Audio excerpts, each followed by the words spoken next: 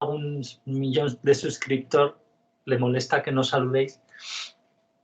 Bueno, bienvenidos a este vídeo de unplandivino.net y vamos a saludar a las personas con las que seguimos visualizando este vídeo sobre la crianza, esta sesión práctica, digamos, que han tenido con niños saliendo y cosas, y ahora van a salir más casos. Y ahora vamos a empezar desde el norte hacia el sur, ya que estaba ahora hablando Marisol en el México. ¿Qué tal?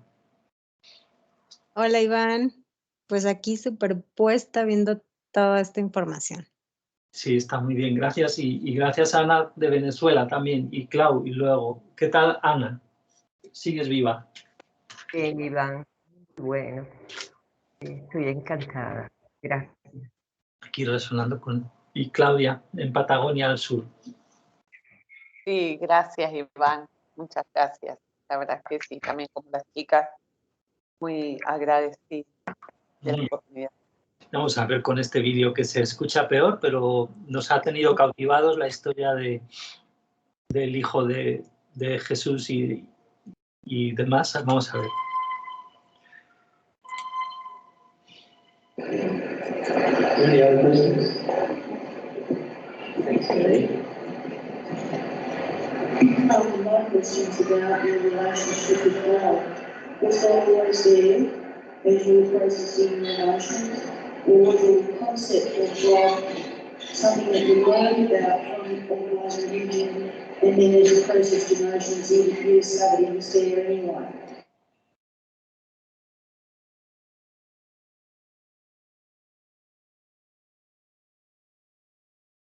Yeah, what actually happened was I've had a very strong desire for God all my life, even as a child.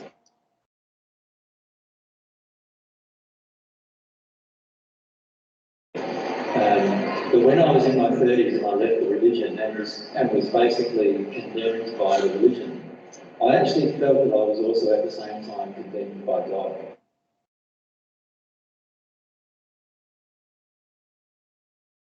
Which is a similar emotion to what Tristan is having correct. And so for the next 6 or 7 years, I felt so totally ashamed of my many feelings that I had about God, and I couldn't connect to God very well at all.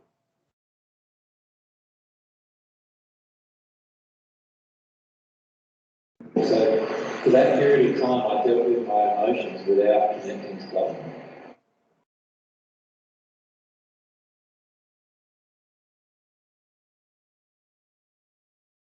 Did he connect with you? I'm sure it did. Because as time went on, I learned a lot of things through the emotional release process about God.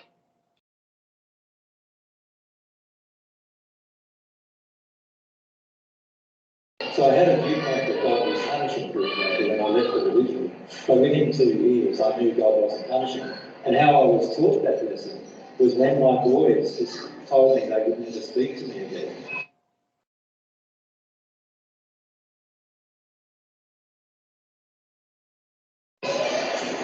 I had lots of grief experience, and I went through 3 or 4 months of grief about that. But then after I went through all that grief, even while I was going through it, I realised that I didn't hate my boys. I didn't want to punish my boys. I didn't feel bad towards them. I didn't feel like they were to blame.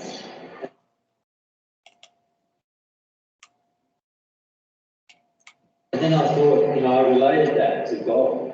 And I realised that, even if I do something that God doesn't want me to do, God's not going to punish me for it.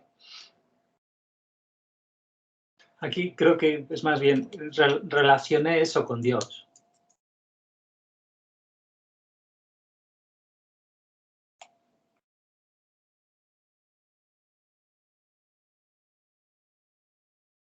Ahí me equivoqué.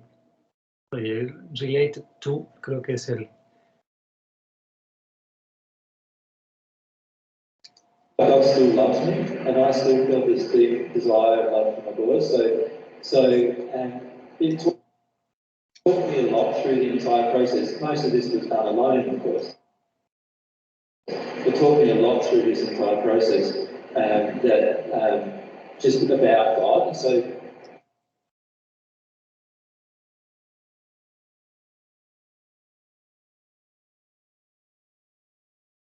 during those 7-year period where I was working through the rape emotions, the abuse emotions, the torture emotions, I was also working through this issue about God, reconnecting with God. So by the time it come for me to be ready to actually feel a lot of the emotions surrounding who I was, by that stage I'd already worked through all of these emotions about God. So I knew God was love, and I knew God was going to love me through the process. And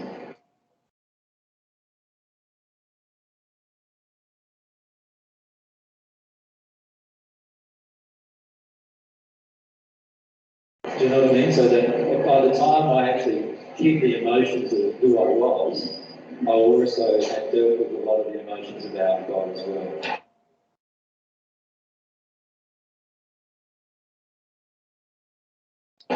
So how does God guide you now or speak with you now? And the way God speaks to all of us is through our emotions, not through our thoughts or through hearing.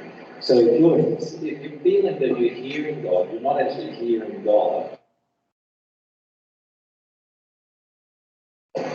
You're actually, what's happening is God is transmitting an emotion to you. And then that emotion gets translated by you and by your filters into thoughts, which you then can hear, if we can use the term hear.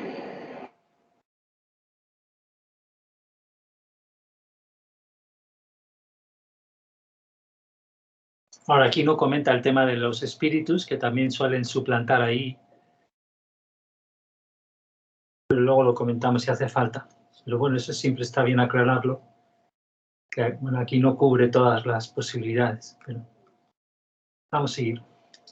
So the way God's connected with me at the moment, and this is going to change soon, the way God's connected with me at the moment is by the feelings. So God is leading me through feelings, and I can feel that leading occurring. And I can also feel, as I talk to groups, I can feel the channeling of information flowing through from myself, but also being led through this connection with God through people. So you'll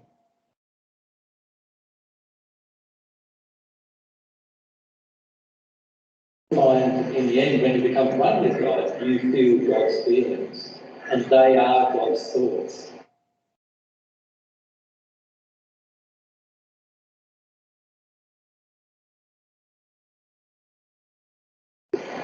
Does that make sense? Like, the truth is that God's thoughts are actually all feelings, right? And when you get into a position where you are totally open to all feelings, and you are connecting to God and desiring God's love all the time, you will feel God's feelings all the time. So that's how God will communicate with you.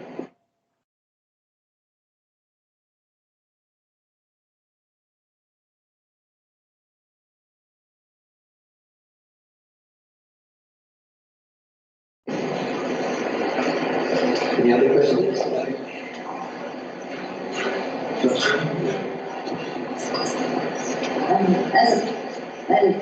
In a situation, you've got a parent who is supporting you, if the mum was not, and she wasn't through the same things, so it's okay with just one parent going through all these emotions.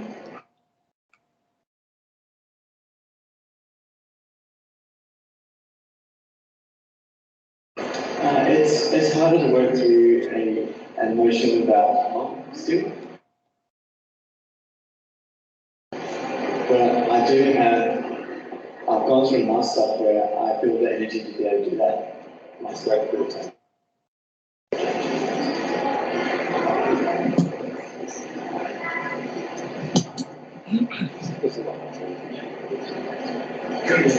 Okay, the question was if one parent's doing it, it doesn't make it, if one parent isn't doing it, it doesn't make it harder or easier or whatever. Ahora, la pregunta es eso, vuelven a no sé qué ha pasado ahí se han interrumpido. Y eso, él vuelve a reformularla, por así decir, dice, sí, con un padre solo, haciéndolo es más difícil, no sé qué.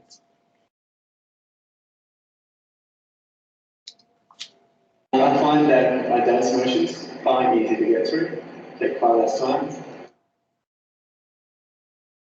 My mum's emotions, my emotions about my mum and the codependency, they're a lot harder to go through. I've still got some really horrible stuff that I need to go through. I keep getting reminded about it through some dream stating. So, although my mum isn't willing to deal with her emotions yet, and that's okay, that's her choice. I do feel like I've gone through enough of myself now to have the energy to plow through those emotions and do it on that side.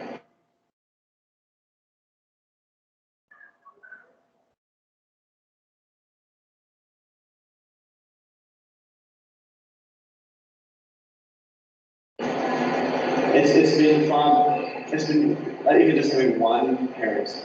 It's far better than no parents at all, because I have the confidence now to process through myself. If that hadn't processed through stuff or even started, there's very good chance I wouldn't have never even started. And I would. If I had started, it'd be a far more time and far harder to get through. The fact is, Dad's been very honest with me about some of the emotions he had, and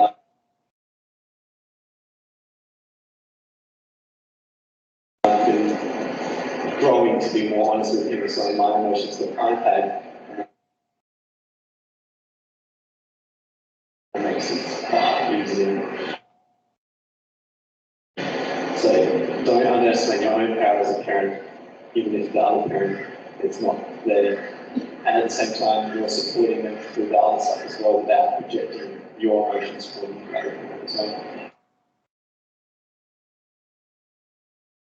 So Dad's never actually projected, or I never felt that Dad's projected his stuff with Mum on me, making it harder to get through my stuff with Mum.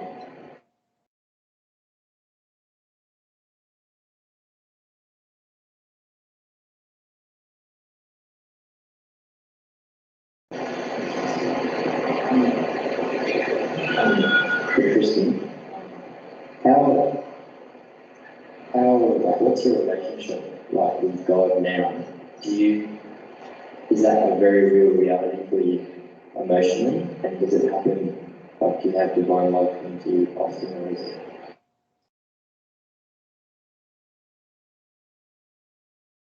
I feel like I've got divine love coming to me often. It's grown from a very small, wispy thing to a very real, tangible thing.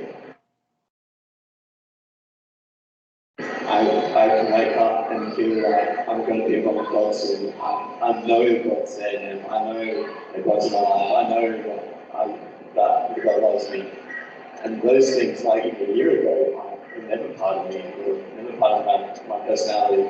I'm so gung-ho God now, and yeah, I still don't feel like that Nancy Christian boy that was back 5 years back.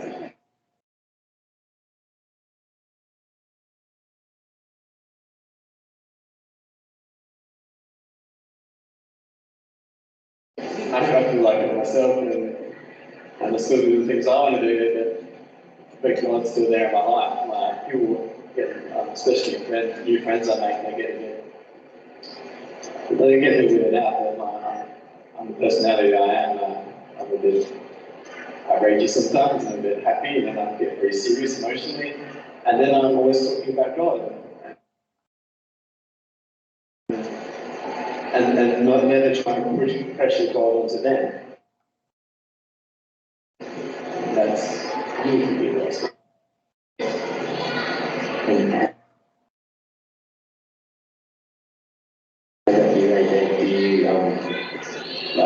every moment now for you? Do you feel God, or is it just after you've done a bit of emotional stuff?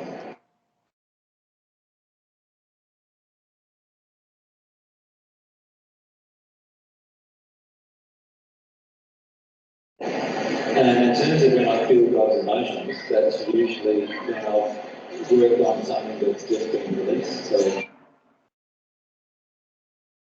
I feel releasing emotion. So what happens is that I feel God all the time, but I know that I'm not receiving divine love all the time.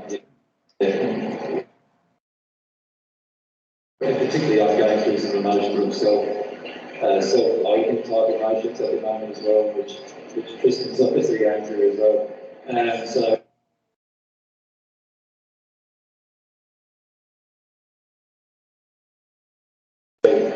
while I've got those emotions, there's a blockage between me and God, so I can feel that blockage.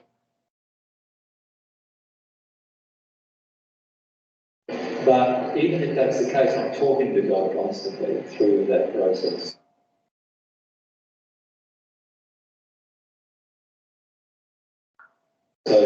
So every single moment, pretty much, of most days, I'm constantly communicating with God about where I'm at right now, how can I face this emotion?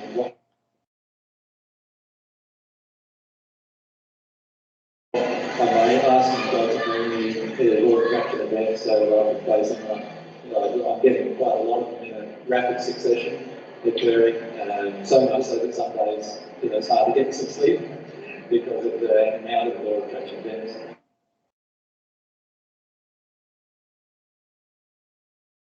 But what I'm finding now is I'm really right down at the core now of my emotional processing. And feel that quite soon. There's sort of like this one big core emotion within me that's been chipped away at lots of different levels now.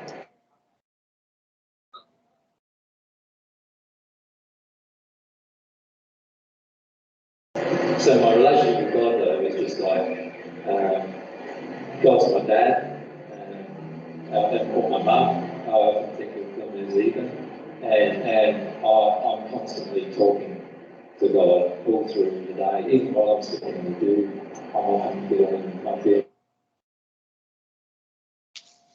about God through that process.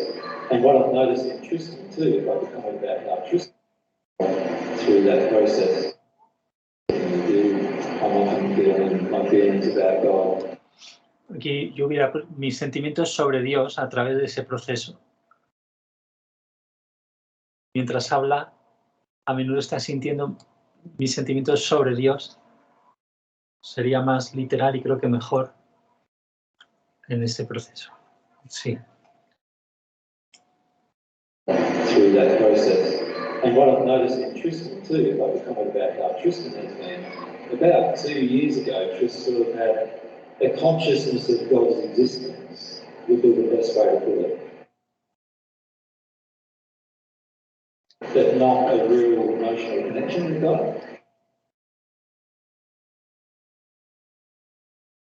And then it took him a year of emotional processing there before he really started having really strong feelings about God and desire for God. And now that he's feeling, like now, probably 5 or 6 months ago, I started feeling, probably even maybe not that far ago, I started feeling a really strong passion and interest in for God. And now, like I know he talks to God all the time and has this pretty constant relationship going on, even though at times he feels very blocked. So, and because I've got that kind of relationship, I can feel his relationship no matter where he is with God. So,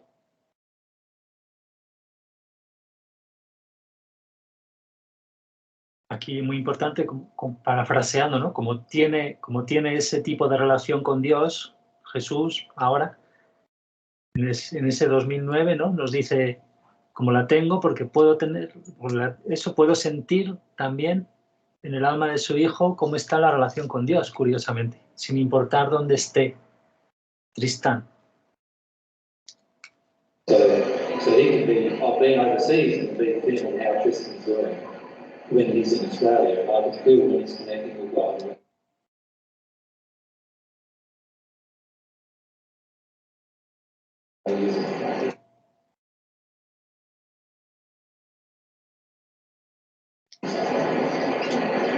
And also that when you're communicating, do you still like you find yourself saying in your head the words of what you want to say to God as well?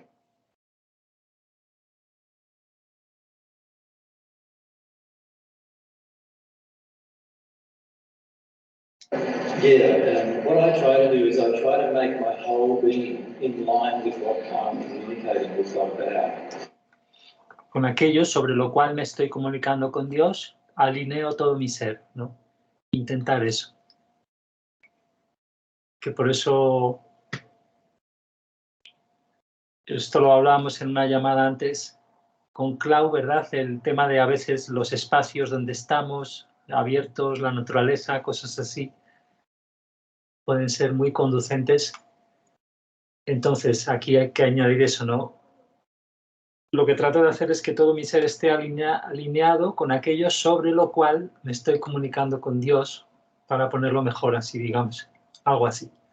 So that means my thoughts, my emotions, all in that one direction. What I find, there are some times during the day where I can actually have feelings without the thoughts.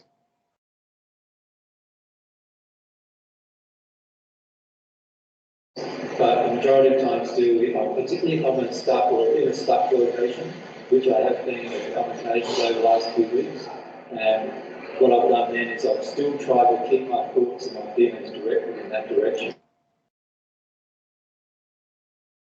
Even though there's been these other pressures and the blocked emotion and just praying about the blockages, like that's why I keep recommending to everyone, keep praying about the blockages, keep praying about God showing you what's stopping you from feeling. Because that's been really helpful for me.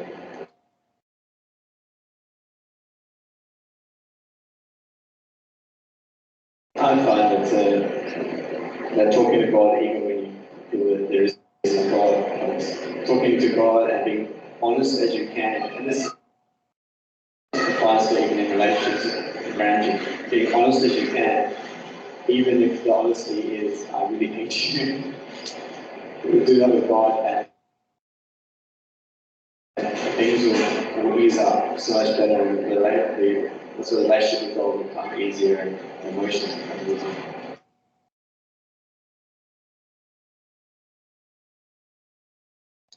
So a lot of it's about being truthful with God too. So I'm constantly trying to be truthful with God, like, yes, this is how I feel. Own up to how you're feeling on a pretty constant basis.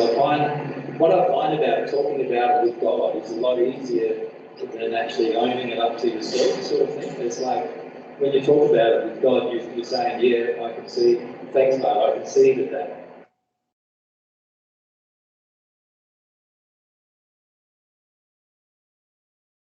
You know, just like having a conversation with God, I can see this emotion in me now, what can I do about it? You know?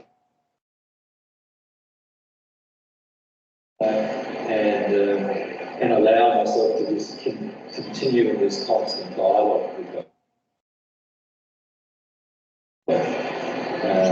And then, as you do with the emotion, you feel God's dialogue in return. So, you know, as you release the emotion, you feel a very strong confirmation that, yeah, that was a causal emotion. No, you're not there yet. You need to go further, and you know, there's deeper emotions you need to go with. And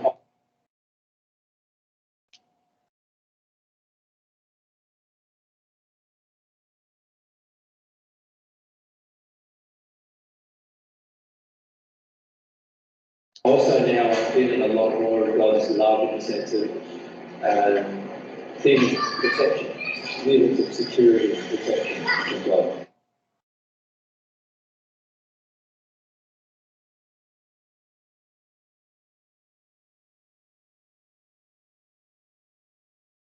So, you know, in the last few months I've had people, I know in our audience at times there's been people who've been urged by spirits to kill me, and I can feel that urging to occur, but I feel actually quite safe myself because I can feel that protection that God's given me at the same time.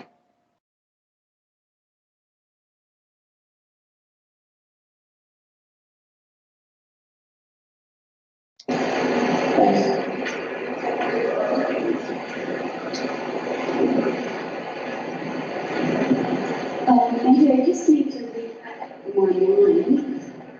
The law of attraction as a parent is reflected in the child. The younger the child, the more the law of attraction is minor.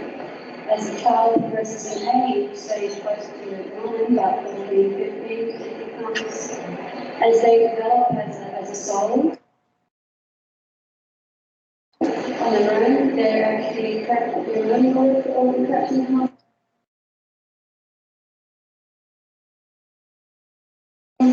Yeah, that's true, but when you think about it, even when they're 15, the emotional damage they carry is the emotional damage we placed on them, right? So therefore, a lot of us still might have a law of attraction. So, like for instance, sometimes Kristen will phone me and he'll say, "Oh, Dad, I'm dealing with this particular emotion." The first question I ask myself is, have I dealt with that emotion?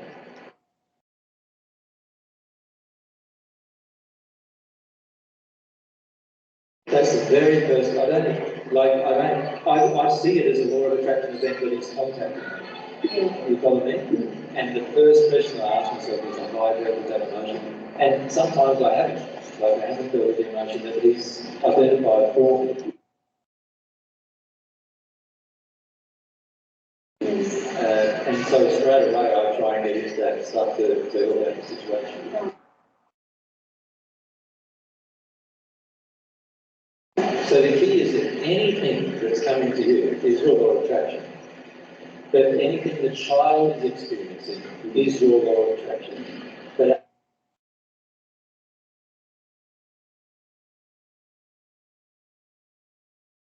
as they get older, sometimes what the child is experiencing is based on also the choices that the child has made. Right? So, and obviously the child's attraction or attraction is based upon their father and mother, not just their mother.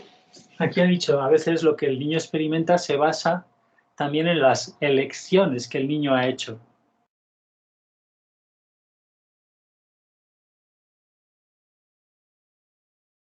Ha dicho eso. Que sería, bueno, lo que él se ha creado para su propia ley de atracción, digamos.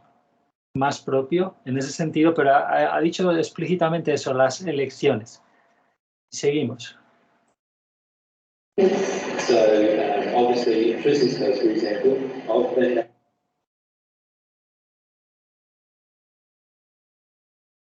able to work through a lot of my emotions about women, and I've been able to work through a lot of my soulmate-based emotions, which Tristan has worked through.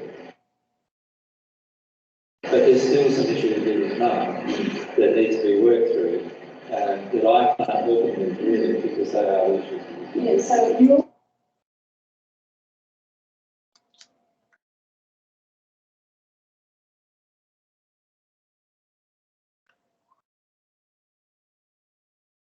helping the person by working through your emotions that are in his law of attraction, it becomes his. But it's harder for Tristan than any other child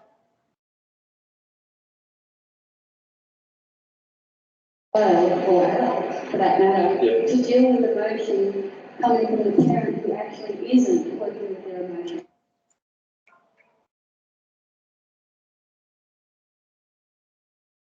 Right. So now we're getting into all of us, the children, and what we have in us is the law of attraction we've actually inherited from our parents.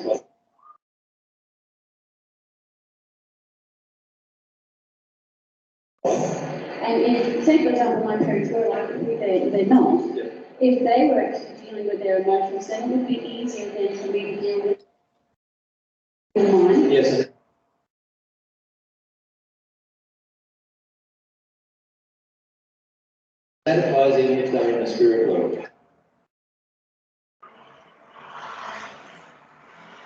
But that's what my next question. So if your parents are in the spirit world and they chose right now to deal with their emotions, it would make it easier for you to deal with yours.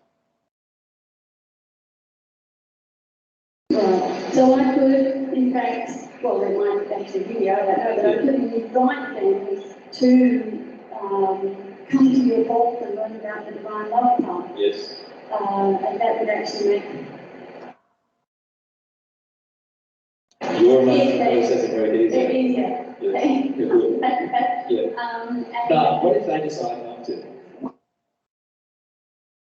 Well, then I have to do it on my own. So you need to ask yourself that question too. Why am I wanting my parents to do it? Do you see what I'm saying? Like, so you see, when I'm an adult, once I hear this information, I'm tempted to say, I would like my parents to do that emotion. You know, and we start. There is an issue there that we may finish up getting down the track of actually justifying us holding on to anger or blame with our parents, rather than actually dealing with our emotions still.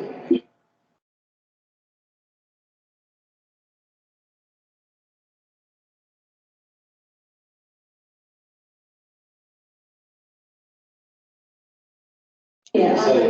So certainly what you say is true, but don't get seduced now into waiting for your parents to deal with their emotions before you do it. I see that.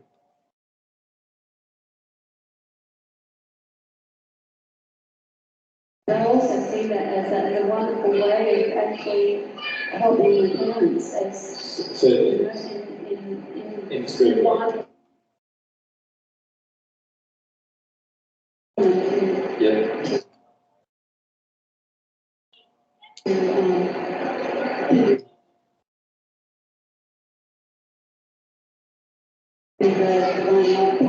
Yeah, and many of your parents have come along and listened with you. Many of them, of course, think it's rubbish, and so they don't want to hear anymore.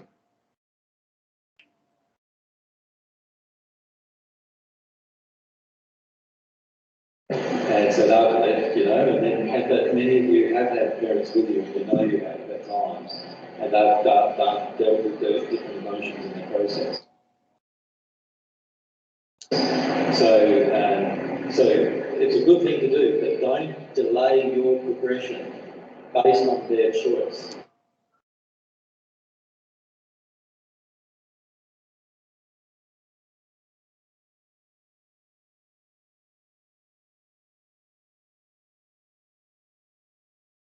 See, the thing all of us need to come to a point of awareness about is, if I delay my progression waiting for someone else to change,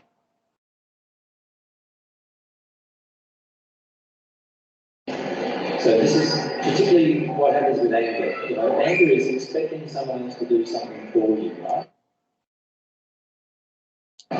So you're actually expecting someone else to change for you. Now, as soon as you do that, as soon as you're in that space, you have now slowed down your own progression.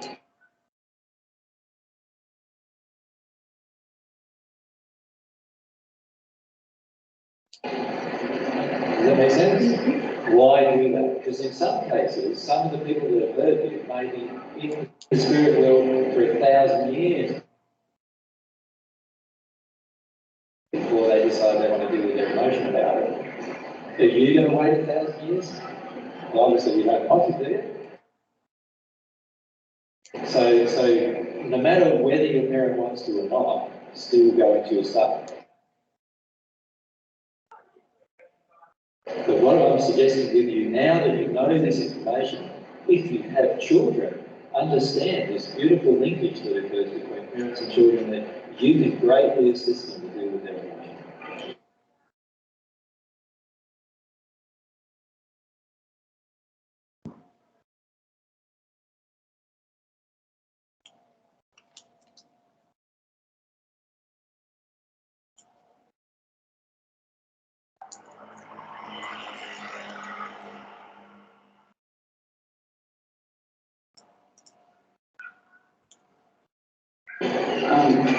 I've got to the point now where if that stops, I won't Even though the easiest is that stop saying, I will not stop. And I started with my mum as well, and she doesn't do it her stuff. And I've got like some projections sometimes whenever I'm talking to her. But again, that will not stop me from doing it.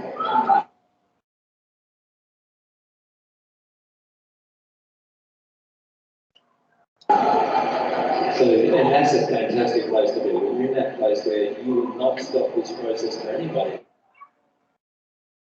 You are now connecting with God a lot, because that's you're now becoming totally reliant on the relationship with God through the rest of your life.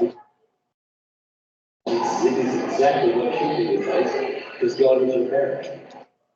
Remember, that's one of the principles we talked about yesterday. The first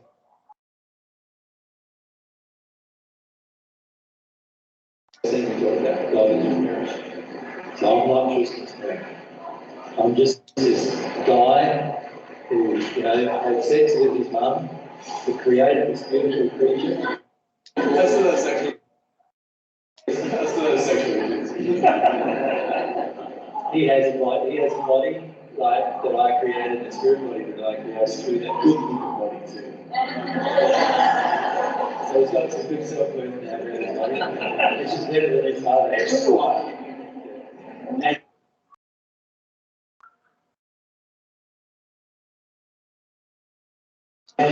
But the soul of Tristan is my brother, is not mine. It's my father's child, and I did a lot of damage to this person in my life. It's like a big fella. If we have like a big fella program, we get older than Mummy's big brother. And I did a lot of damage to my little brother in my life, which I've had to work through the law of compensation about, had to be repentant about, and had to work through all of my emotions about. And so, and that's why now we have a relationship with that. If I chose not to work through those things, we wouldn't have the relationship we have. And also, that's benefited him. It's important to see that relationship that is benefiting him now that I'm working through all of my stuff.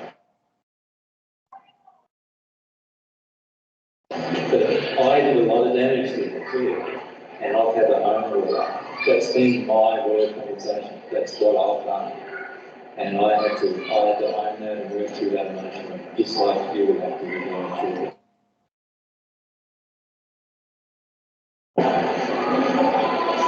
Well, thank you, Tristan. There were a few others that wanted to come up, so we want to ask a few. Now, there's people pointing at people, but there's anything that really...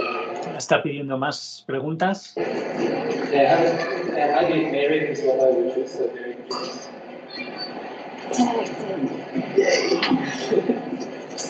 And you can come up and sit in the chair.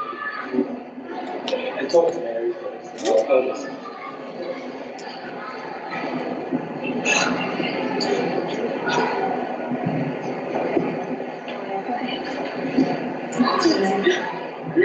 My name is Morgan, and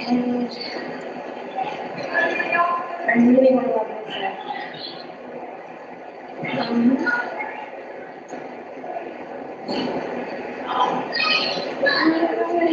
You really want to love yourself? Yeah. So start with I think that I've gotten to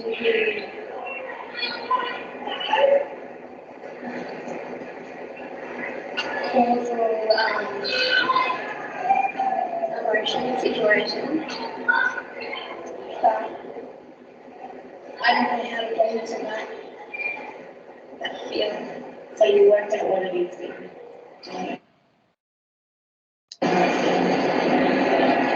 I'm really right now.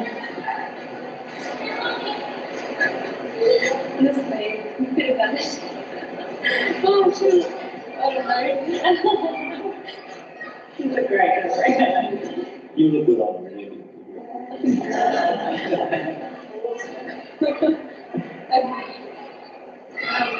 you want to tell us about what they're called?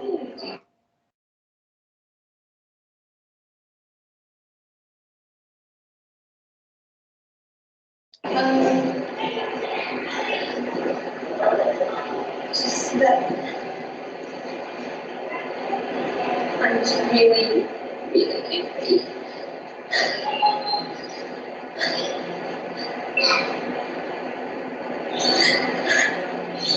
With my dad leaving me. Because when I feel that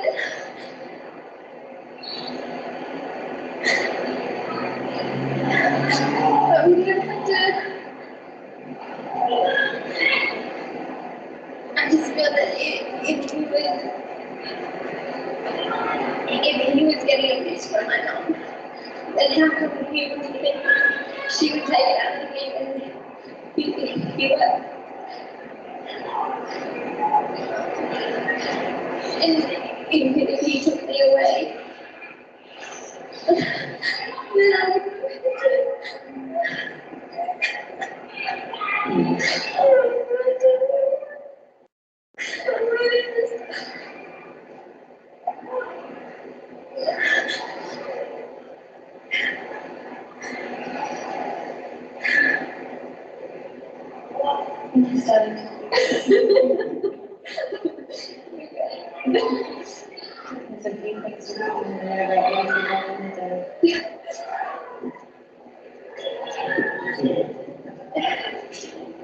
Do you mind if I talk about it? Do you want to stay? I'm going to stay. Yeah. That's really great, by the way. You notice if we admit our anger, very rapidly we can get into what is underneath the anger. So that's really good. The feeling obviously you have is that your dad could have taken you away from his abusive situation, and he chose not to. And you feel, what was wrong with me? That why did you do that to me? Why did you not take me away? Aquí dice, ¿qué es lo que había mal en mí? Que había equivocado, malo en mí. No qué fue lo que me pasó, que es otra forma de traducirlo también, pero, o sea, ¿qué pasaba conmigo? ¿Por qué me hizo eso? ¿Por qué no me apartó de la madre, ¿no? Que le estaba abusando, en este caso, a la madre, maltratando lo que fuera. There'll be a time, if you can allow yourself to feel that anger and rage, that's important too. But it's important to also drop underneath that emotion and really feel that terrible sadness that you feel of self-blame about the whole issue as well. Because what will happen if you stay in the anger is that you'll just be angry with men and angry with that for the rest of your life.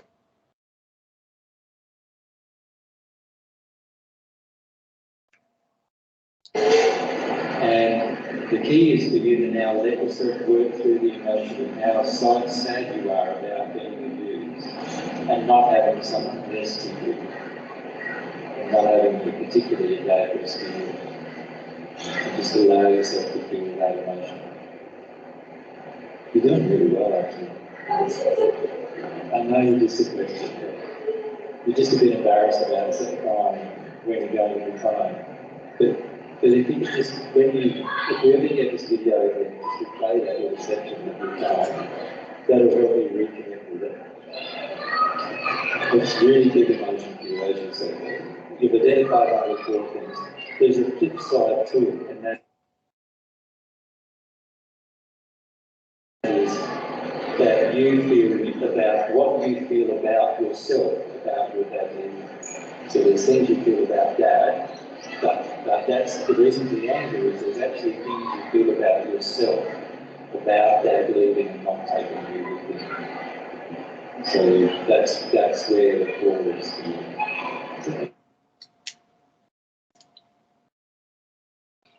Eso sería como la otra cara de la moneda. Las cosas que siente sobre ella misma por la marcha del padre, no tanto lo que siente hacia el padre, digamos. Ahí estaría la causal, el núcleo, lo central.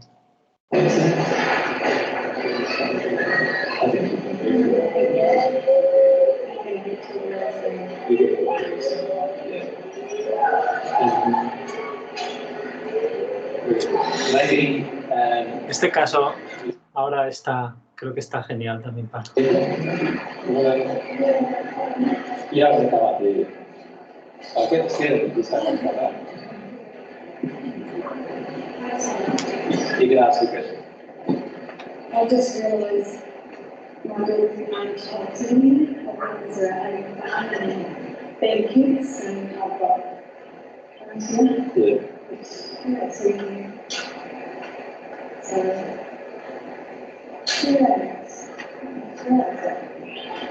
So, it's nice that she was in here. I think, no, this is not right. This is not. is there a question? Yeah, always.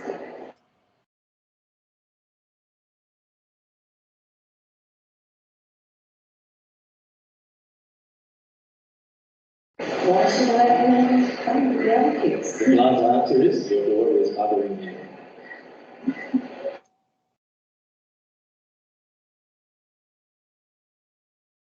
She feels that you need to be mothered. So there's an emotion in you where you feel like you're not the mother, you can't be a mother. And so she's just reflecting that emotion on you.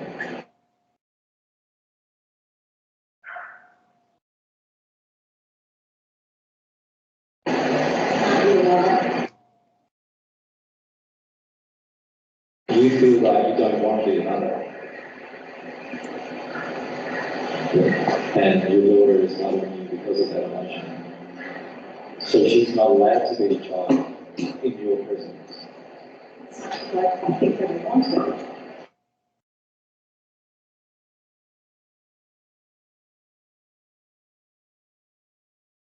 You don't want it to be, you want someone, because of that emotion inside of you, which is, I don't want to be a mother. You're now creating a situation where your daughter has the mother. Does that make sense? Yeah.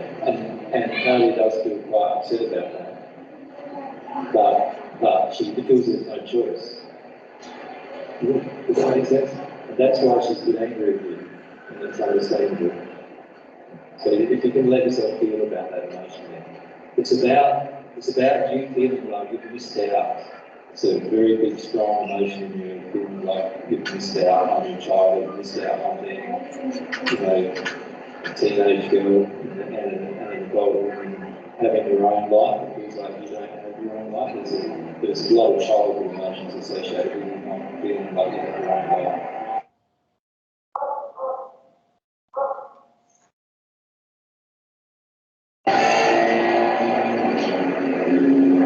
Does that answer your question? Perhaps not very well. That's okay.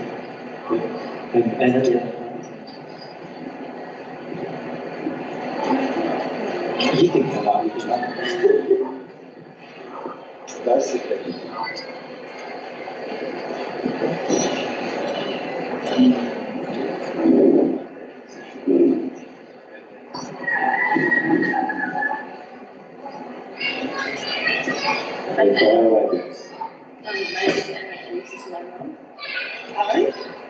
And I don't think she wants to be out here.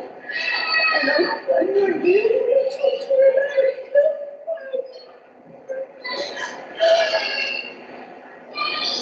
It really hurts.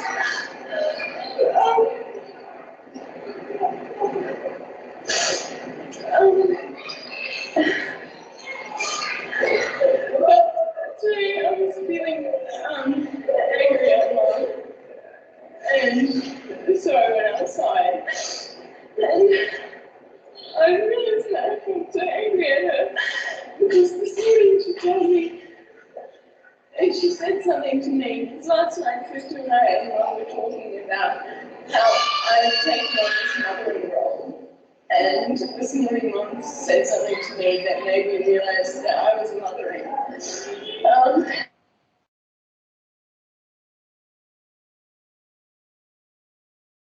And I felt angry because I feel like that's the position that I had been put in as a child when I was 13 and I had to look after Rachel, I had to look after my dad.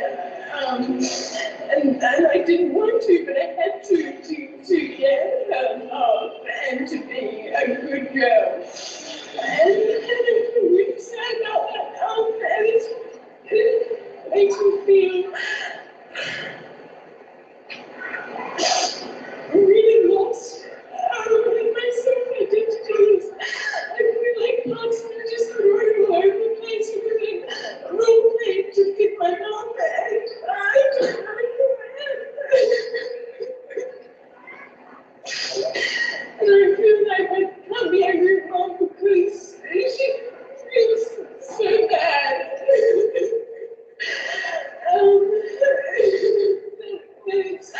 But it doesn't feel like I'm hurting her by telling her my personal truth at the moment. I'm saying yes.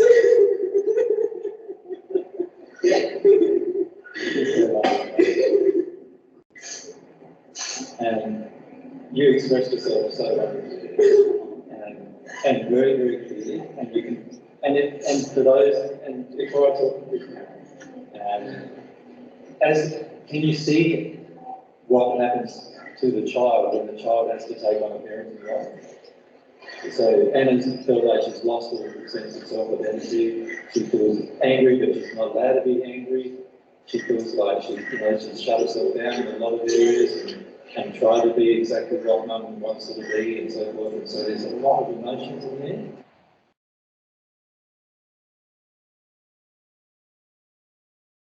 Very, very powerful experience, actually. And you're connecting with it really closely, which is wonderful.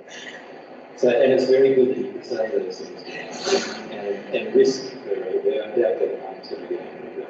Yeah, obviously in the past, you probably thought that's going to be the case. Yeah.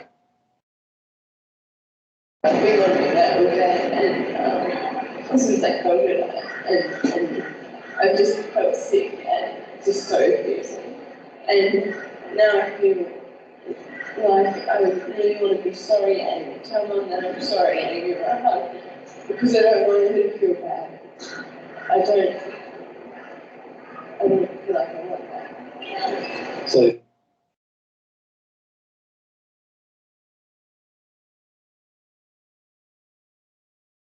you don't feel you're going to make mum feel sorry or anything. It's just, this is just an expression of how you feel. What I'm going to do is get you to avoid feeling your mum so that we can talk with mum, right? So that's important. And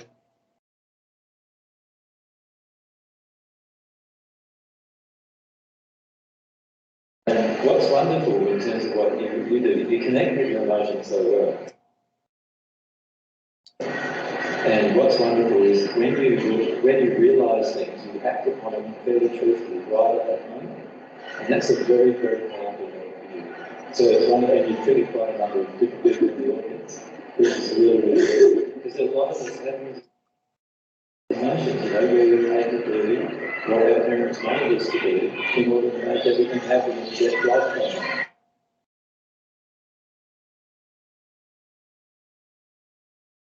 And that's a big emotion to do.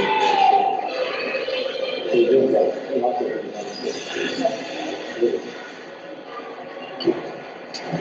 So what do you do about that?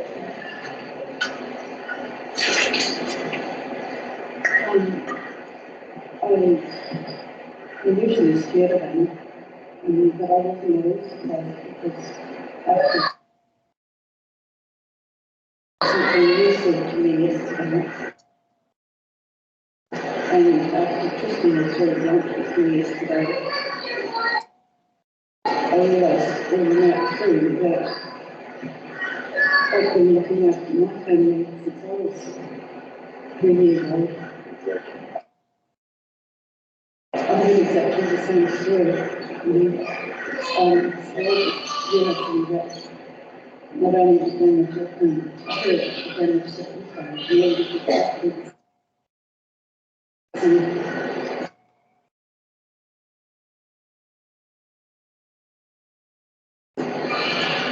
So, and the thing that I would suggest to you, see how Anna just reacted just now.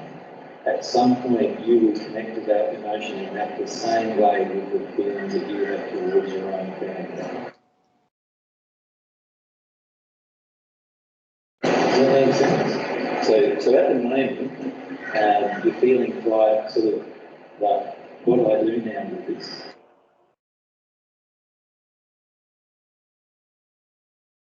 Kind of feeling. I felt really low and energy, spiritual stuff, and feeling like that I wanted to just be by myself, and I felt as though that Anna was angry at me for not wanting to be around her, because I had to be by myself. I feel like I have to be by myself So, and this is actually one of your addictions is to be by yourself rather than feeling the emotion.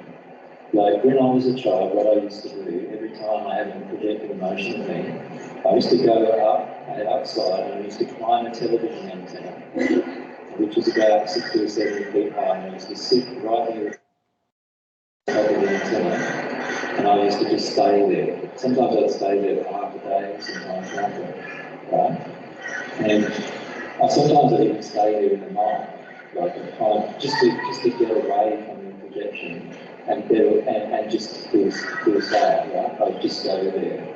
And what I realised after a while in my own progression is that the way that I dealt with a lot of my emotion was I just withdrew into myself. And this is what you've learned to do very well. When some emotion gets projected at you, you're just withdrawing into yourself. It's like a self-protection mechanism. So that must mean that you've had some very difficult emotions as a child to deal with to get into that point. And when you go into the self-withdrawal, it's actually preventing you from getting deeper into the emotion.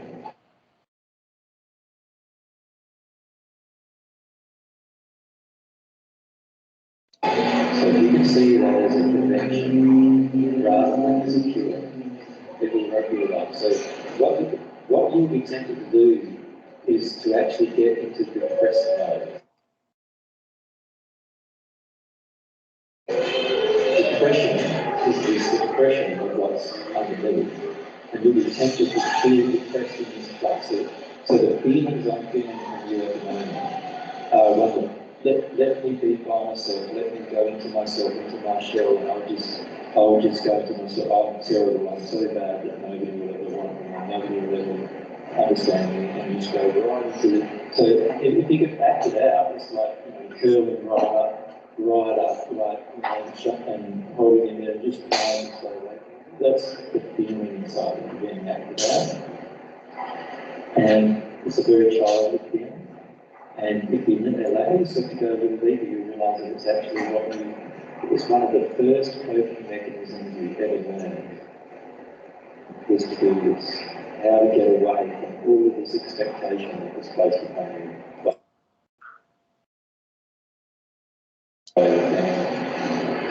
And so you are right. How Anna feels with you is exactly the same as how you were treated by your family. But rather than going into this withdrawal state, eventually what you need to do is do what Anna is doing now, and that is have a big cry, write about it, talk to them about it, in the sense of write about it, and actually have a big cry about it. Let yourself connect with how much it's hurt you in your life, rather than this withdrawing into the hurt and staying in the hurt.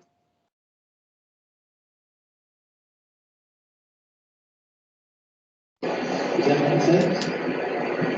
Yeah, it makes sense. I've told myself to not feel for the same reason. Just telling myself. Remember that God's here with you, trying to help you open up. Now, I know you don't believe that in your heart, but you do know that God is around and can help you through this process. So remember just earlier we were talking about talk to God about how you're really feeling inside, and start expressing it. Start expressing how you really feel. Don't lock yourself down. Because this mechanism of locking yourself down prevents you from expression. And if you're not expressing, then what happens is you're not going to be able to connect to the emotion. Ese mecanismo de bloqueo evita que te expreses, lógicamente, es lo que dice literalmente. Es más literal que eso del contrario.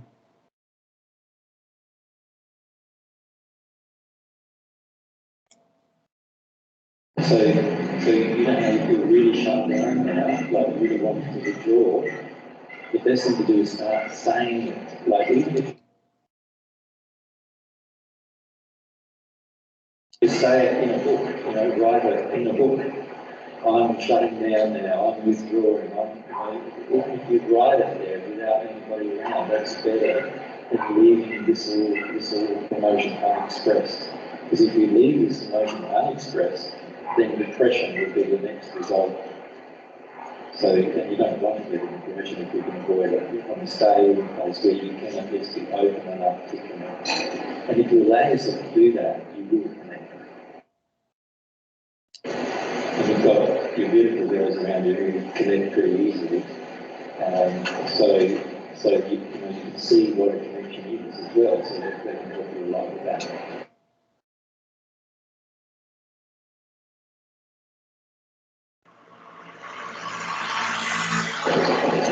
I want to think that we are in that we understand that in mind. I think mirror, that's a good thing for us. Well,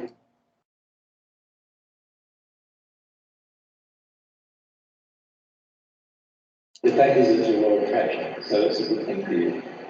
So you can actually learn a lot from Anna at the moment. Because she is very, very connected to her emotions.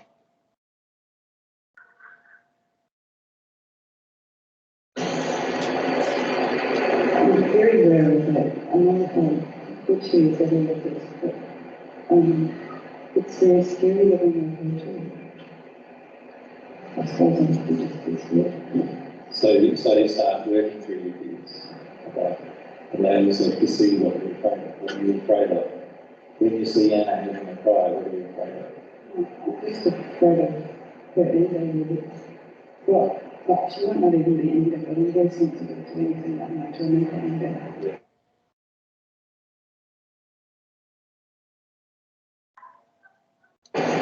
So I'm just afraid of her. Whenever she's not happy, I'm very nervous around her.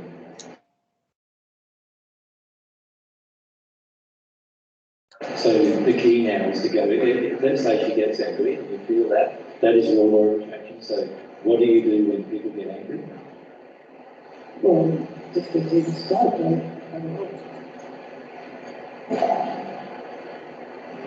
yeah. So now start doing something different than that. So start trying to stay open and start expressing yourself. So when you do, if somebody's getting angry, you start expressing yourself. I don't know if I can cope with this anger. If they say, like I'm starting to shut myself down. And Mary maybe can help a little bit, because that's something that was happening with you a few months ago, wasn't it? Just shutting yourself down when somebody was angry with you. Yeah, I think having the realisation that that's what was happening, and just talking about even that, like saying, I just can't cope with the anger that's coming at me.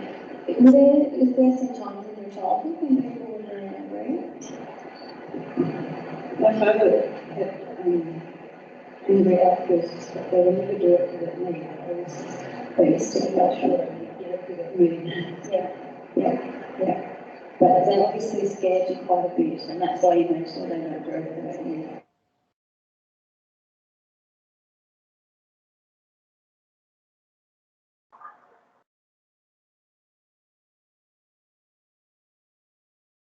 Yeah. So maybe even if you can connect with like start to talk about that maybe. So even if you talk about that on writing, but what you remember about that, how you felt at that time.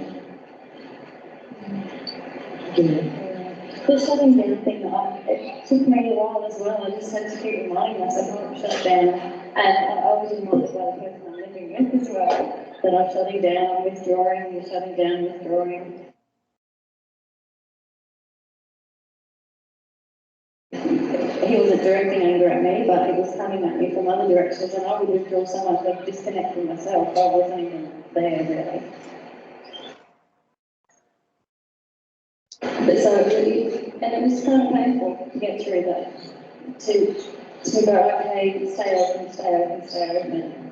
because it felt quite powerless, I guess.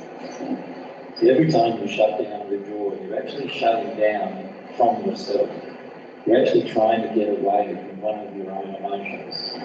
So it's not actually, so when somebody's angry with you, if you shut down because they're angry with you, it's not because they're angry with you that you're shutting down is because when they're angry at you, you feel an emotion that you can't let yourself feel, and that's why you shut yourself down.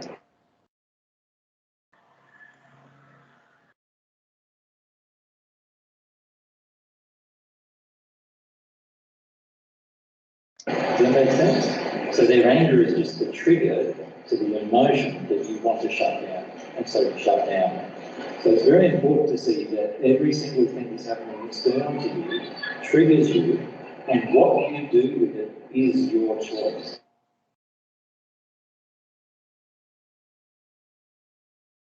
Right? And your choice at the moment is to do exactly what you did when you were little. And that is go straight away into shutdown. And there's a temptation in you to then say it's because of Anna's anger. But it's actually not because of Anna's anger that you learned this response. It was because of your dad's anger that you learned this response.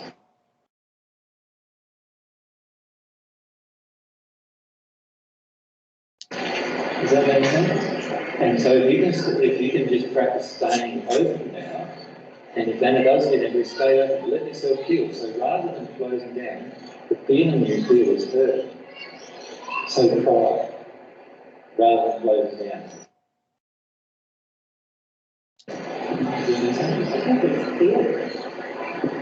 Yeah, but what are you afraid of? You're afraid of what? What will she do when she's angry?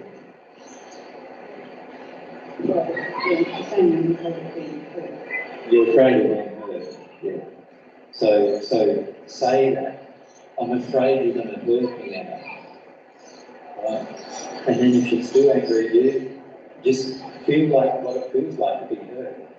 Just feel that. Let yourself feel that right there and then.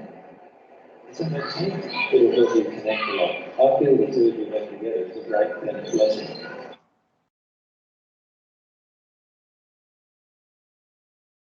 That's why myself and Tristan spent quite a few years together, right? Because it's a great blessing for both of us to get through some emotions.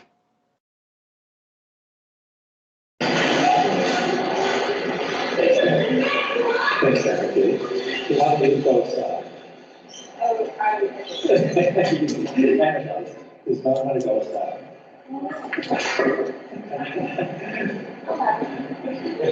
You'll have it. Yeah, that works. Is there any questions about that, Joshua? You'd like to add anything or more?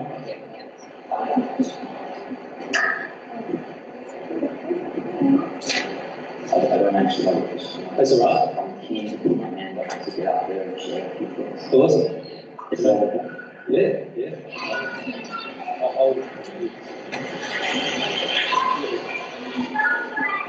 It's a secret.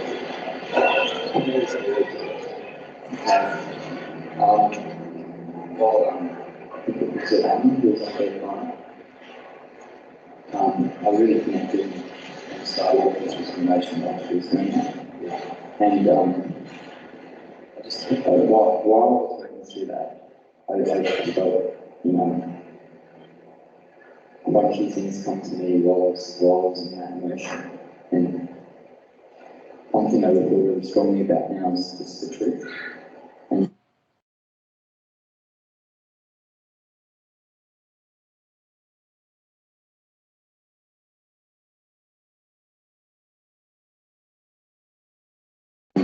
every moment, just being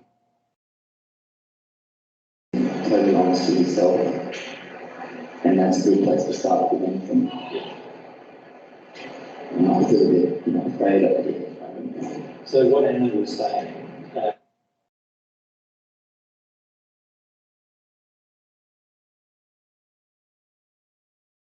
really connected you with some of your own truth about your own childhood?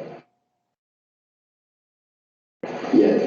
And while that was happening, I started having memories that was those emotions were down. Awesome.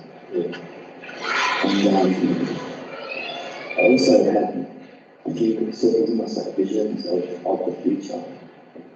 And like how it's almost as though, like at the moment we've got fires and floods and cyclones raging and things starting to happen like that, and I can't help but feel like in my heart things like that are going to get worse. Yeah.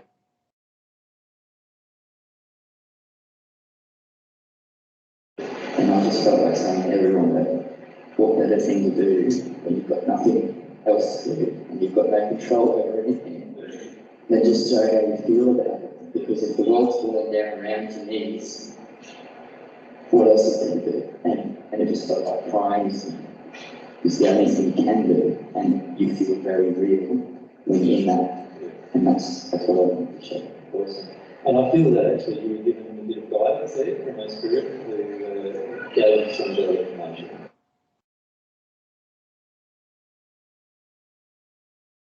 And it's very, very important what he said, because what often happens is that when we're in this process where our emotions are flowing, some realizations and revelations in fact come to us. And one really important revelation for the future is a lot of the world events that are going to happen just for the point of actually helping people work through their emotions.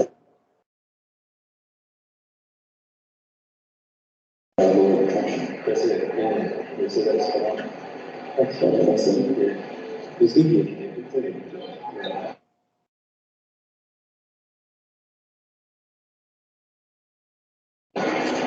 And it's 5:30, but I'm happy to continue for another half hour or so. But myself and Mary do have to drive home tonight, which is a 3-hour drive for us.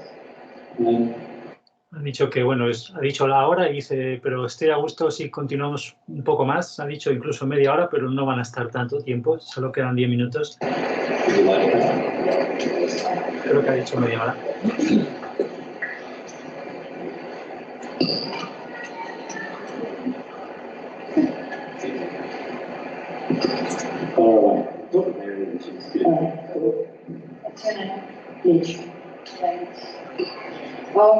So it was like 5 or something.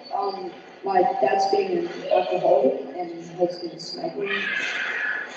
Since then, it's had a lot to do with my life because he doesn't spend a lot of time with me. And he's like some kids have a good childhood with their dad. Like they play like football and all that. I'm saying, yeah. So it's really, it really hurts because he should spend more time with me because like I'm a guy, so he should play something or spend some time. Yeah, spend some time, like one-on-one action and a good guy. Yeah. So you'd really like to have sort of like a dad show interest in you. Yeah. That's the feel. Yeah. So how does it feel not with him not showing interest in you? You feel really sad? Because sometimes you get depressed and down about it. Yeah. And what do you feel when you're with mum then too? What's the feeling you have then? I feel she's had to live with that as well. Yeah. Sort of you being sort of upset about what's going on. Yeah. Yeah.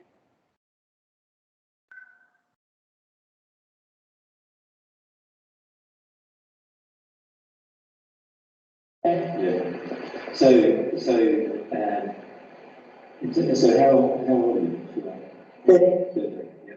So what do you feel you can do about it? I suppose that's the question, isn't it? Have you given that any thought? I think process my emotions and just cry about it. Yeah, so that's one thing you can do. One thing though is you really, really would like a male person to spend time with you. Yeah. Is that what you like? Yeah. So have you thought about, there's a thing called the law of attraction, have you ever been about that? Yeah. And so if you exercise a really strong desire to have a male spend some time with you in your life, and you just allow yourself to pray to God about that, so your dad's not doing it, and you don't know that your dad's ever going to do it, right? Yeah. And you're pretty sad about that, so it would be a good idea to have a cry about that. Yeah. But then after you've had a cry about it, have a desire for some other fellow to come along and actually spend some time with you. You follow me? Yeah. Do you think, like, you know, like someone who can do some things you like, what are the kinds of things you like to do? Yeah. So what kind of things?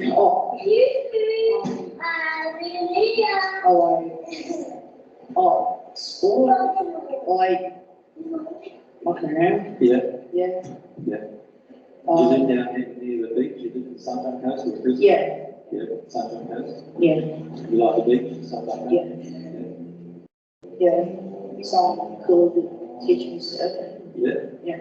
So that'd be cool. Yeah. Okay, so what you can do is exercise your desire, let yourself feel a desire, and what will happen is the law of attraction will bring you somebody who will actually fulfill that role for you. Does that make sense? Yeah. You can do that. And so that's one really positive thing you can do, to actually have a person. See, at the moment, there's two things you can do. One is grieve the fact that you've lost a dad, really, that dad is not with you. But the next thing is exercise the desire that you actually have someone replacing for you. Okay, does that make sense? Yeah. And that's going to mean working through some emotions that you've got.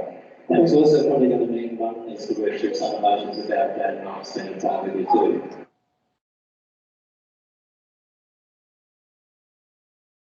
Yeah. So we can talk to them separately about that. Okay. But there are the two things you can do, and things can change really rapidly when you do that. Yeah. I've seen people who are 13 years old changing their life in 1 week, just by doing some things like that. Yeah. So when you're young, it's really powerful. So do you reckon you've got time to do for now? Yeah. It's good. Yeah. Now, where's your mum? She? Yeah. Can I come up, Mum? Come on, it's been great, so now it's your turn to be great. You get a sticker. You get a sticker, yeah.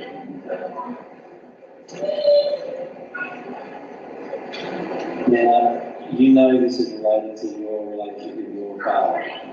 Yeah, as well. One of the reasons why Mitch hasn't attracted another man into his life right at the moment in order to fulfill this feeling or need that he has is because of some of the emotions you have towards me, which are to do with grieving about your relationship with your dad. Does that make sense? Yeah. So if you allow yourself to grieve about some of these things about men in your life, what will happen is it will help Mitch greatly to actually use his law of attraction to have a guy in his life that wants to do some things with him with a fun.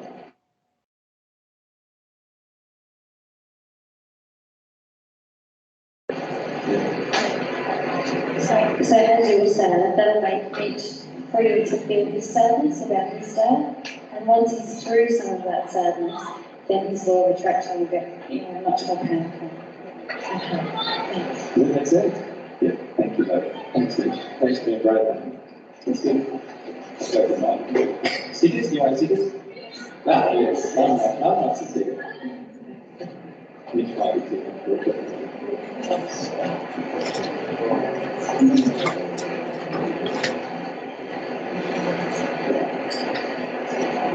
All right, now it's 25 to 6,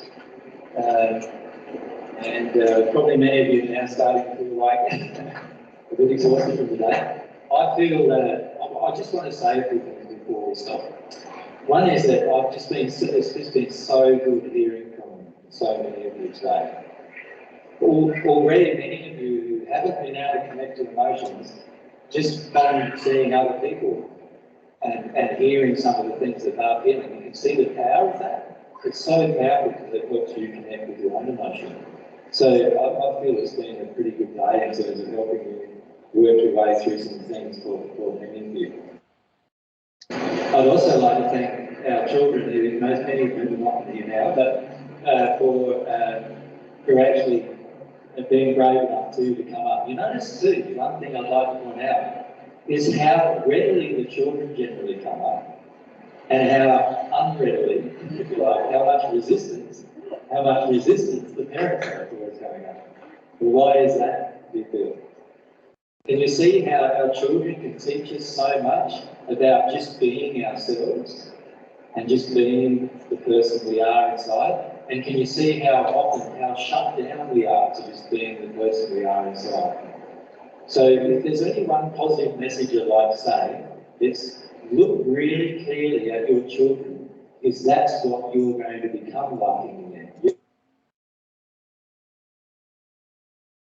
You're going to become like these spontaneous beings that are full of joy and laughter and want to be outside playing rather than being inside here learning some intellectual things. And you will get the same way. You'll actually get the same way in your own progression. And to not be afraid of that, that's a beautiful space to be in. And that's also the space where you're going to connect to God the most if you desire to connect to God. And this is a learning process for all of us, an exploration. And if you watch the way children learn, it's through experimenting. They're not cynical, they give it a go. They don't care where the information's coming from. They just want they're happy to be learning about things. So we can learn from them in that way.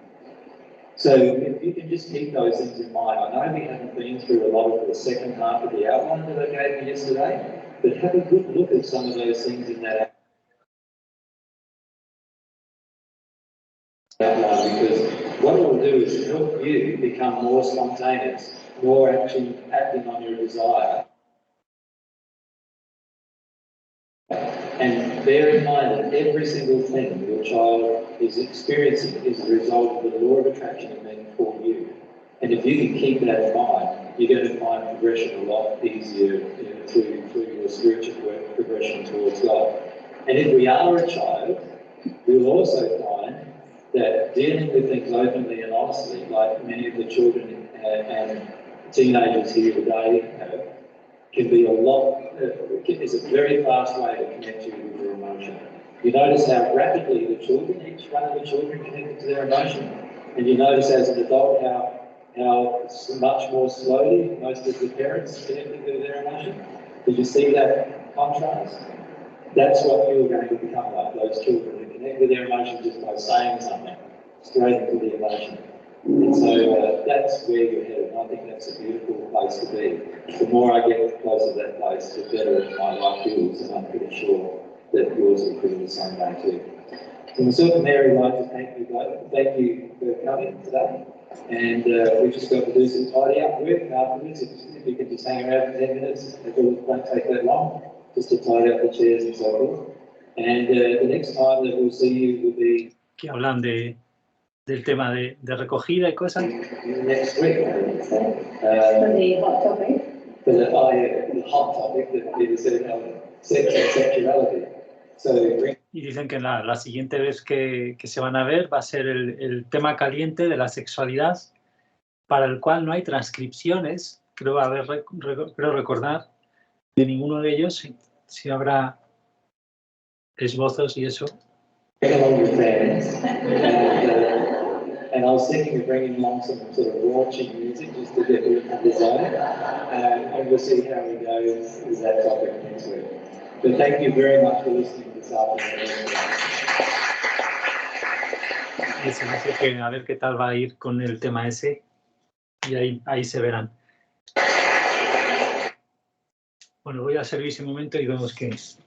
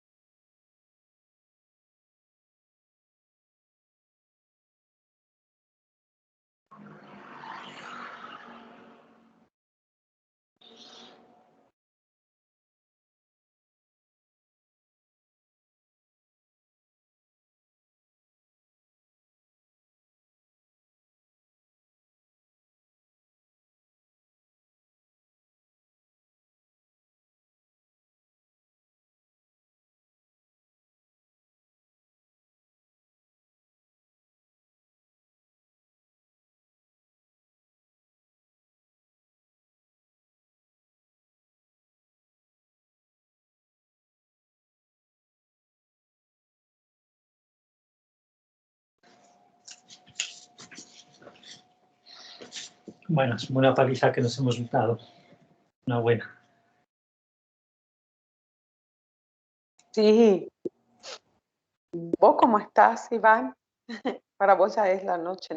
Sí, yo tengo que dejar ya enseguida que llevamos, sí, mucho ahí aquí con el pedazo de pantallota esta.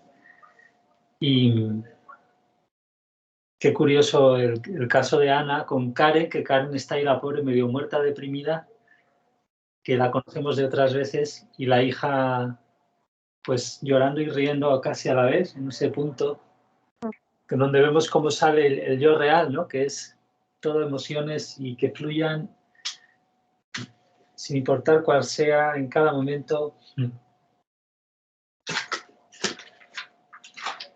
esa espontaneidad.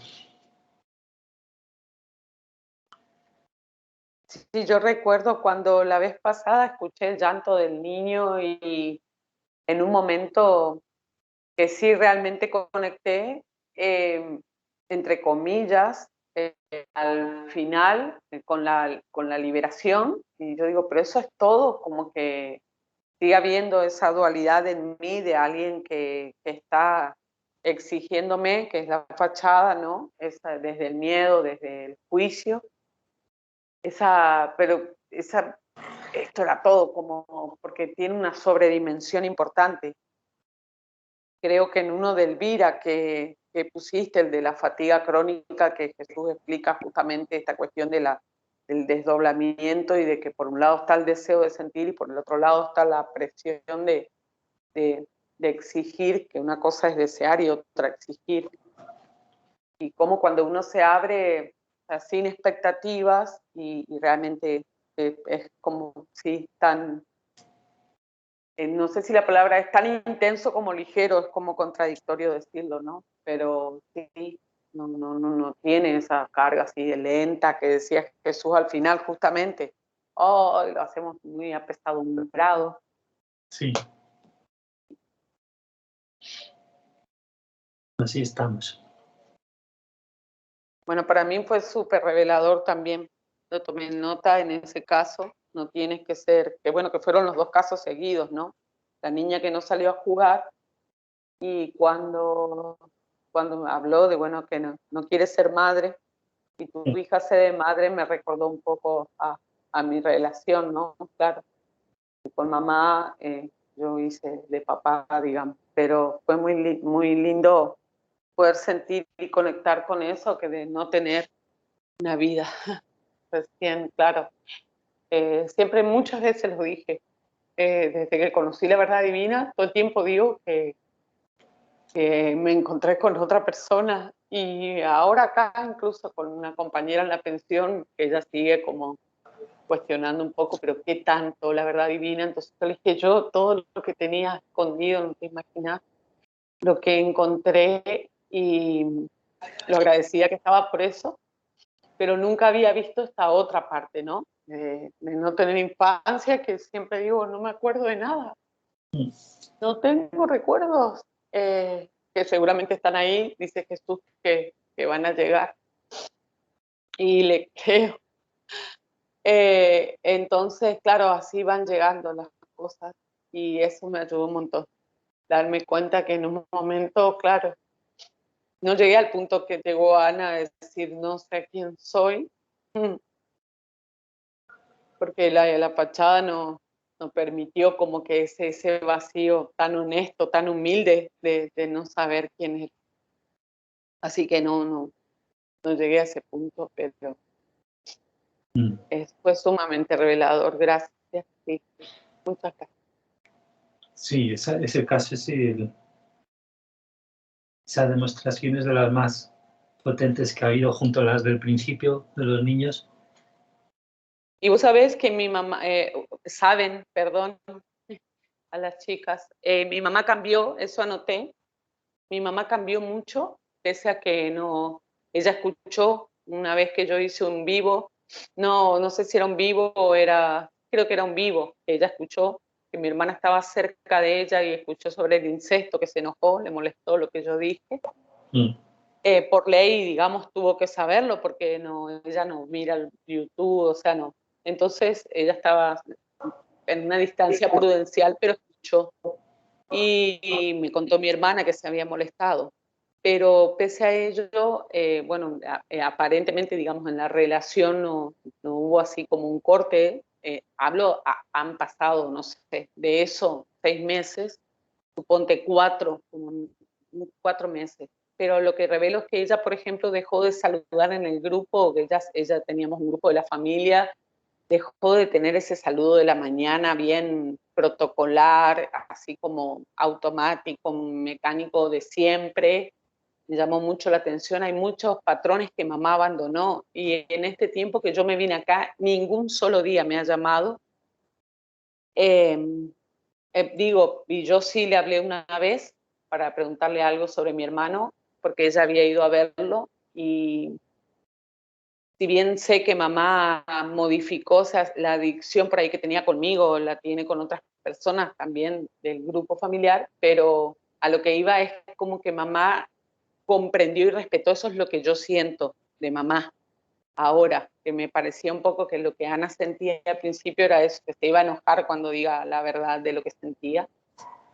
Y yo también tuve esa sensación cuando mi hermana me contó que escuchó, pero al mismo tiempo siento también que hay una apertura en ese sentido, de que no hay un castigo.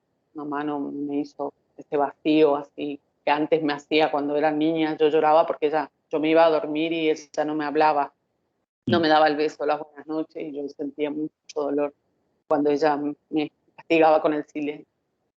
Así que sí, he notado un cambio que quizás viene un poco del proceso que he decidido llevar adelante, pese a que ella aparentemente no está involucrada. Gracias, era eso nomás, Iván. Sí. Si queréis volver a algún punto aquí para comentar algo más aparte de ese. Recordé que anoté que comentaste lo de la influencia de los espíritus y las voces, que a mí sí me pasó ahora acá, que yo contaba en la pensión que tenía esa advertencia respecto a un compañero acá de convivencia que me decía, ten cuidado porque si se enoja es muy probable que te haga daño. Y después esa era la voz que yo recibía, y pasando un poco en limpio, cuando te pones a anotar, te das cuenta que Dios no se basa en advertencia, o sea, Dios no trabaja así desde el miedo, ¿no? La relación con Dios es de confianza, es como que total, descansada la siento yo, o sea, no hay una alerta. Y ahí es donde yo me di cuenta que mis espíritus estaban basándose en mi herida. Ahí descubro el miedo al enfado de los hombres.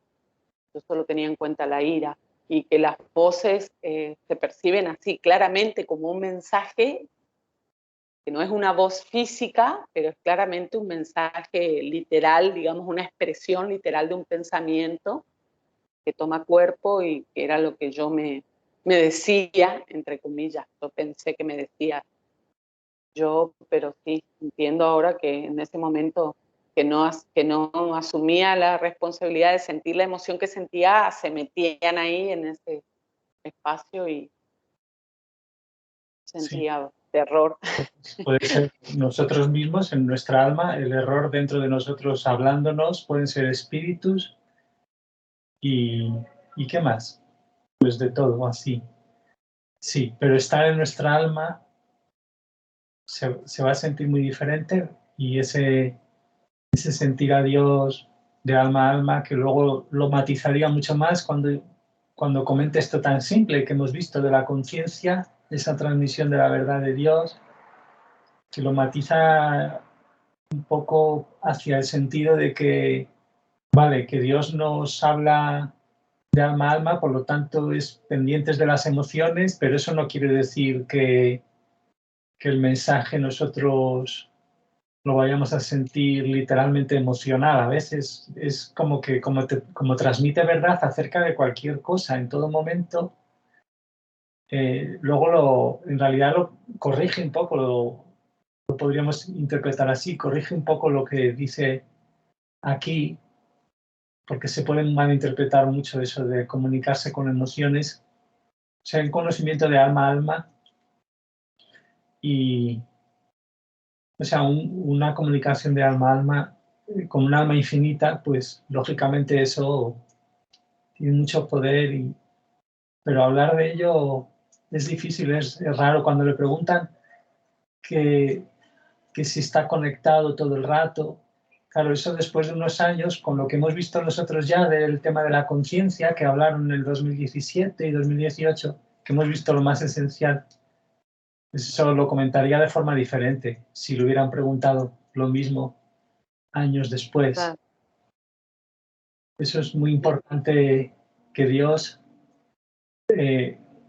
nosotros, como es de alma a alma, vale, no va a decir palabras, pero va a ser un conocimiento tan certero, que vamos a ver exactamente lo que significa y ya dependiendo de lo puro que estemos nosotros, de limpios en el alma, pues le podemos poner un ajuste, lo podemos ajustar bien a movimientos o a palabras o lo que sea. Pero en realidad está todo el rato haciendo eso. Por eso cuando le preguntan, ¿no? Y no sé si ha estado comunicándose contigo, claro, habría que responder todo el rato. Está, por muy heridos que estemos y no sé qué, lo que es la transmisión de la verdad en la conciencia que llama ese órgano, pues siempre está. Vale.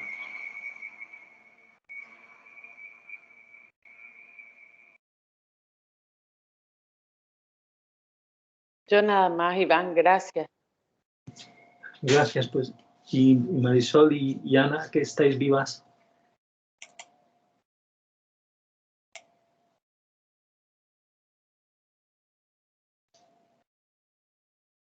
No están vivas. Pues sí, sí estoy viva, pero les confieso que me fui, así me quedé dormida porque conecté el teléfono y se estaba yendo la pila y entonces me puse en una posición en la que, pues para estar viendo la pantallita, pero conectada. Entonces me acosté así en la almohada y de repente, o sea, digo, escuché lo de Ana, ¿no? Eso fue como que lo de Ana y su mamá y fue o sea, fue lo último. Y ahorita que Clau empieza a hablar, o sea, como que regresé, pero fue como en un momentito que me fui y regresé muy raro. No, mira que bien, una siesta, ¿no? Porque ahí es pronto por la mañana aún, bueno, pronto relativamente. Sí, no, pero es que además, o sea, nunca me había pasado y fue como que, a ver, que me perdí, necesito revisar qué Bueno, fue es que no justo. te hemos dado, es la siesta del gorreón, es que no nos hemos dado tiempo. Claro, tú ya estás en la hora de comer, ahí en México. Yo creo que sí, lo mismito me acordé de Clau, lo que le pasó, que dijo, es que aquí ya es la 1, no sé qué, ¿no? Y fue así como que nada más que me fui y regresé y dije, wow, ¿no? O sea, porque escuché lo de Ana, lo de su mamá, el papel que no le corresponde a ella, ¿no? O sea, como que hay un rol invertido y se me hizo así interesante y ahí fue como que cuando me fui, no recuerdo Sí. otro. A lo mejor también tiene que ver con los espíritus que te han hecho dormirte, porque es justo también lo que a lo mejor te pasó en la infancia. Sí, claro, o sea, pues claro, hay muchas de las cosas que digo, wow, qué interesante, porque de verdad fue en un momento en que, o sea, me fui, ¿no? Entonces tengo que regresaré a revisar qué pasó, porque sí me súper llamó la atención, porque nunca me había pasado. Y está así como muy atenta y todo. Yo creo que más es eso, algo ahí que estoy como suprimiendo, negando, pero es muy interesante. Sí, porque Realmente. a ti a lo mejor también te hicieron algo así de adulta enseguida, tenías que hacer. Claro, por supuesto que hay mucho que procesar, ¿no? Pero, o sea, muchas veces, como dices, estás súper apagado a sentir muchas cosas, porque en realidad, como decíamos, todo el tiempo estamos sintiendo y procesas y procesas y dices, generalmente tenemos la idea de que algún día se va a acabar el procesamiento, ¿no? creo, pues, no sé si les pasaba mucho esa parte de quizás en otras finanzas o algo como decir, no, sí, o sea, algún día voy a ser feliz, ¿no? No sé si a ustedes les pasaba que había como mucha expectativa que hay detrás de cuando acabe este curso, qué hay detrás de cuando acabe este taller, qué hay detrás, ¿no? Y ahorita, o sea, estar escuchando todo esto y que seguimos en un proceso y en un procesamiento y en un procesamiento, fue como que dije, wow, o sea, tanto por sentir, ¿no? Porque es lo que te refleja, como decía Ana, pues es que me veo reflejada en todos los que van pasando.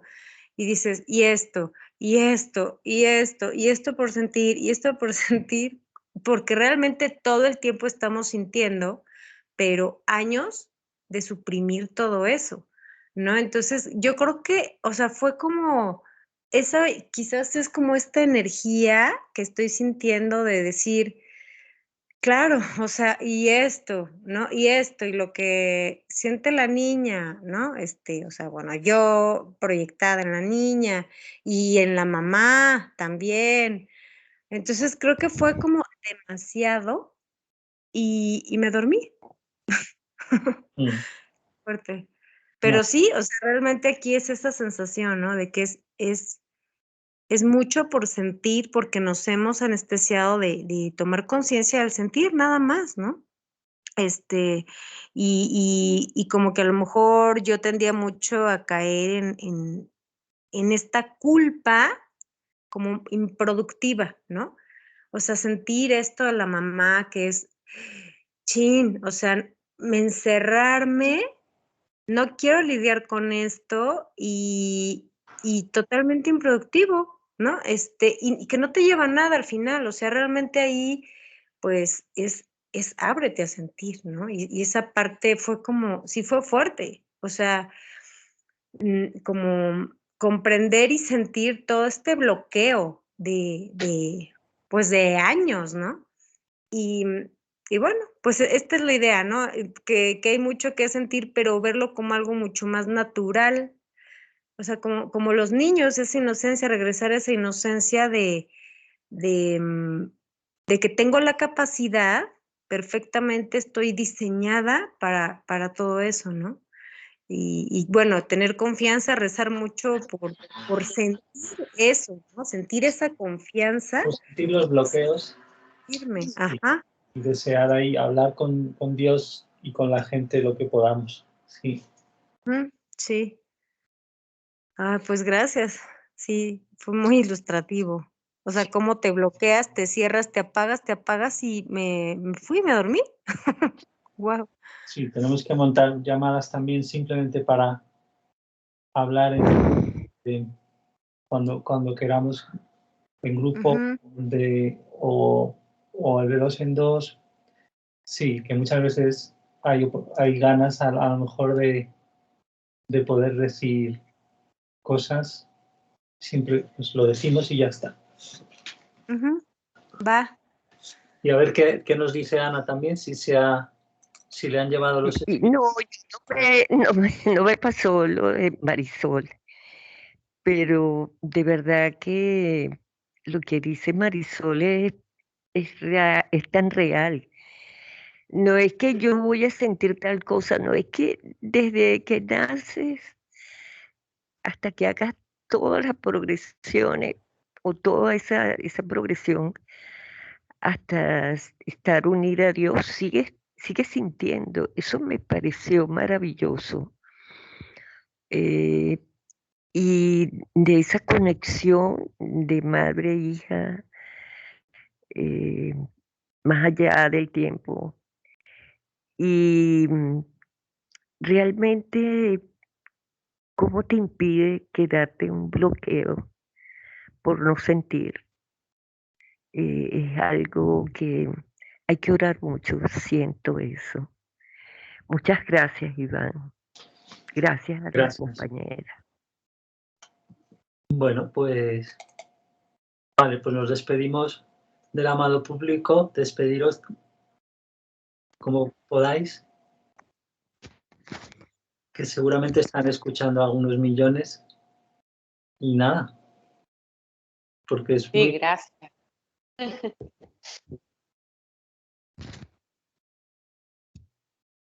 Sí, yo siento que estamos así como en un momento muy especial, Iván.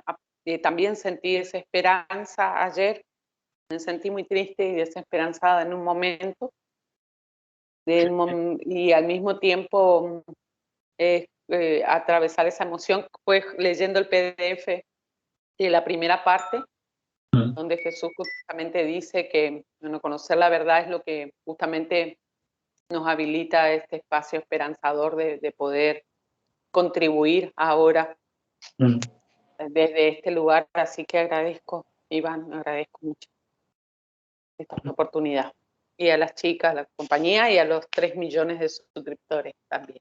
Sí, sí, porque están estos vídeos y además este que se oye también, están tan bien hechos, ¿no? Y somos tan fantásticos que, bueno, pues cada vez vamos más millones de suscriptores.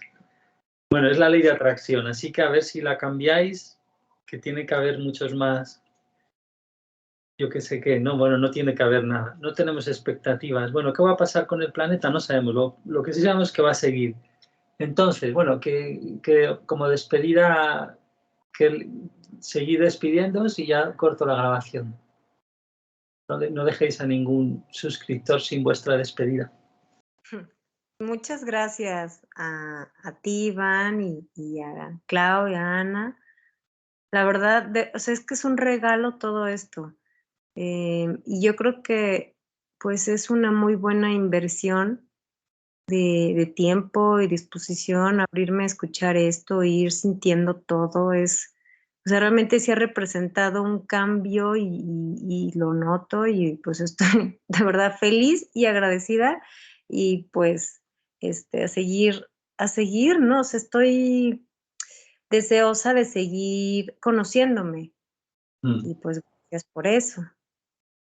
Toda esta purificación de todo lo que hemos absorbido, tantísimas cosas, que esto que creíamos que era la espiritualidad en realidad es despertar a la caca que tenemos ahí metida Sí, tal cual. y que nos va envejeciendo y que nos va sin querer y vamos dañando el entorno y las personas casi, bueno, eso. Entonces a desear, a aprender a desear, vale, hemos dicho, y nada, ¿quiere alguna palabra última, Ana de Venezuela?